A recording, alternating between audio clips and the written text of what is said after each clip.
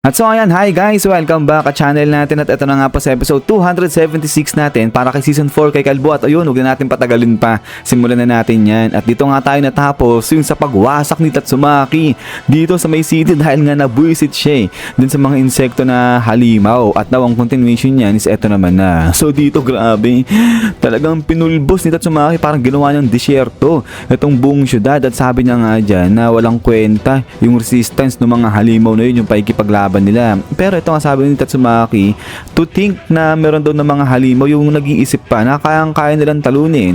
Itong si Tatsumaki sa pamamagitan ng mga bilang nila ay napakawalang kwenta raw, sabi niya ganyan. But then maya-maya pa ito nga ay napaisip.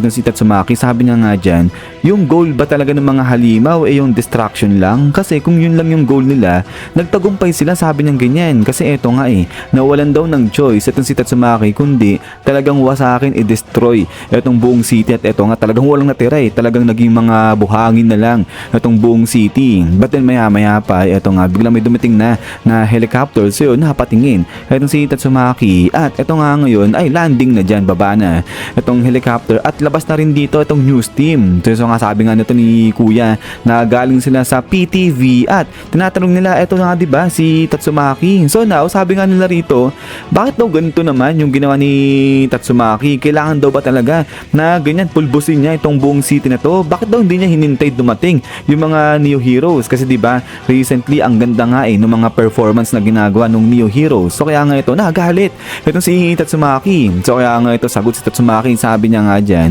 kung hindi niya ginawa itong bagay na to, yung pinulbos niya yung buong city, sigurado pagkain na yan ngayon ng mga bugs, ng mga insekto, saka wala na siyang oras para hintayin nga yung mga Neo Heroes kasi nga parami ng parami, ang bilis mag-multiply ng mga insekto. So kaya nga wag daw maingay itong si Kuya, wag daw siya magreklamo pagkatapos ni Tatsumaki na iligtas silang lahat nga dyan. But then ito nga ngayon nagpatuloy sa pagre-report itong si Kuya, sabi niya nga dyan na nakikita raw ba nila wala man lang daw na remorse, parang walang pagsisisi itong si Tatsumaki na ginawa dito sa city. Yun nga ginawa, pinulbos niya kasi itong buong syudad. Pero yun nga sabi ni Tatsumaki, sige magpatuloy lang daw dyan itong lalaki ito, sa susunod siya naman daw yung pupulbusin ito ni Tatsumaki. But anyways, pagkatapos nga niya na ayun nga biglang lipad na dito, umalis na itong si Tatsumaki. So yun ay nagsisigaw pa rito yung reporter, sabi niya nga dyan na tumatakas ba, tumatakbo ba itong si Tatsumaki. But then maya ay ayun nga ay pinagmamas ng maigi ni Tatsumaki itong buong kapaligiran niya. At ito ngayon napa serious mode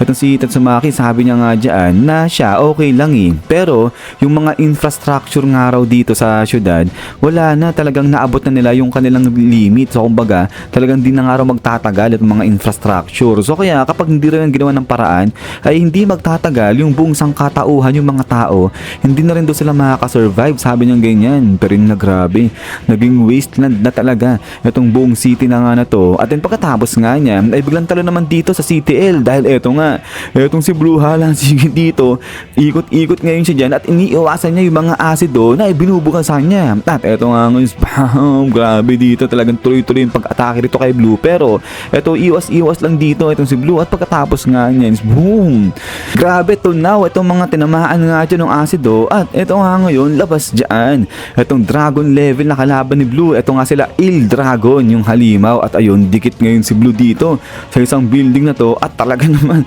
kapit na kapit itong si Blue dyan sa may building habang pinagmamasdan niya itong mga dambuhalang halimaw. At din maya pa ito nga biglang bumuga ulit ng asido itong si Il Dragon. At pagkatapos nga niyan boom, dito na splashan ulit dyan itong si Blue. Pero yung dali-dali ay ilag dyan, talon kagad palayo itong si Blue. At ito nga ngayon ay nagawa na makatakas din ni Blue. Pero yun tinitingnan ni Blue yung mga tinatamaan nga ng mga duran ito nung halimaw. Sabi niya nga dyan, nako dapat hindi mawala yung focus niya rito kasi nga kapag nawala rin yung focus niya at nagpabaya siya kahit na ilang saglit lang, sigurado katapusan niya na. Kasi nga ito tunaw ka kapag tinamaan ka nito nung buga ni Il Dragon. But then pagkatapos nga niyan ay biglang talon dito sa may CTT dahil di ito naman biglang may napakalakas na explosion yung nangyari dyan. At ito nga ngayon boom, grabe, kakainin na ng napakalakas na pagsabog na to itong yung nakatayong lalaki nga rito. At labas ngayon dyan itong si Genos. So itong si Genos kinakalaban niya kasi diba yung mga family o extended family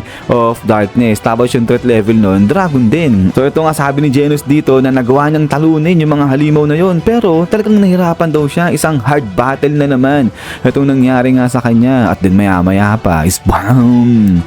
Dito bagsak na. Ito si Genos talagang bumigay na yung katawan niya at makikita na uusok-usok na nga siya at parang mahisira na ulit. Ito si Genos. So kaya ito sa isip-isip ni Genos na oo, nagawa niya ng tumalo na isang threat level na dragon, yung pagkalakas-lakas na halimaw nang sa sarili niya lang nang walang katulong na iba. At nakikita niya naman daw na talagang araw-araw lumalakas siya. Pero ganun pa man rin, yung mga halimaw na lumalabas ng araw, ganun rin, palakas din ang palakas. So anong nangyayari? Parang nababaliw wala lang daw yung paglakas niya. Oo nga naman kasi nga lalakas siya tapos lalakas din yung mga halimaw. So kumbaga wala parang naghahabulan sila dito, nagiging pantay lang yung lakas nga nila dyan. At then ay pagkatapos nga nito ay biglang ito nga labasan na yung mga civilian. Sabi nila rito, wow, natapos ni Genos yung mga kalaban, wala na yung rambling. At ito nga yung turo-turo nila si Genos, sabi nga nila ang galing ni Demon Cyborg, tinapos niya yung mga halimaw para nga lang iligtas sila. At ito nga ngayon tingin-tingin sa paligid, itong lalaki to, sabi niya wala na ba yung mga halimaw dyan. At din ito nga ngayon ay ayun, nakita nila yung si Genos usok-usok na at nakahiga na nga dyan. So ito sabi nga ng mga tao rito,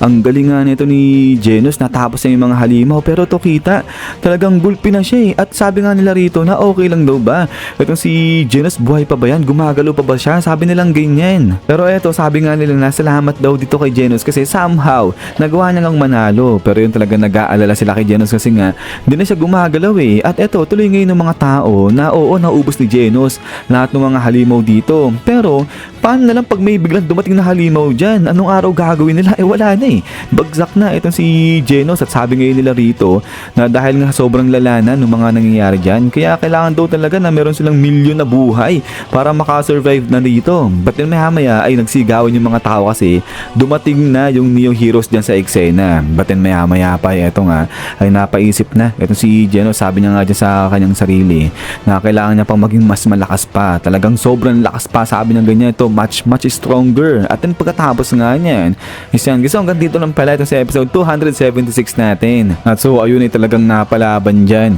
itong mga S-class heroes natin. Tapos yung si Blue ay kinakalaban din yung isang dragon threat level na halimaw. So tignan natin kung uubra yung lakas ni Blue laban sa halimaw na yun. Pero yun nga guys, ulit maraming salamat sa panood dito kay One Punch Man natin. So hintay lang para sa next episode natin. So yun na naman, so lagi mag-ingat. God bless niyo lahat at kita-kits tayo ulit.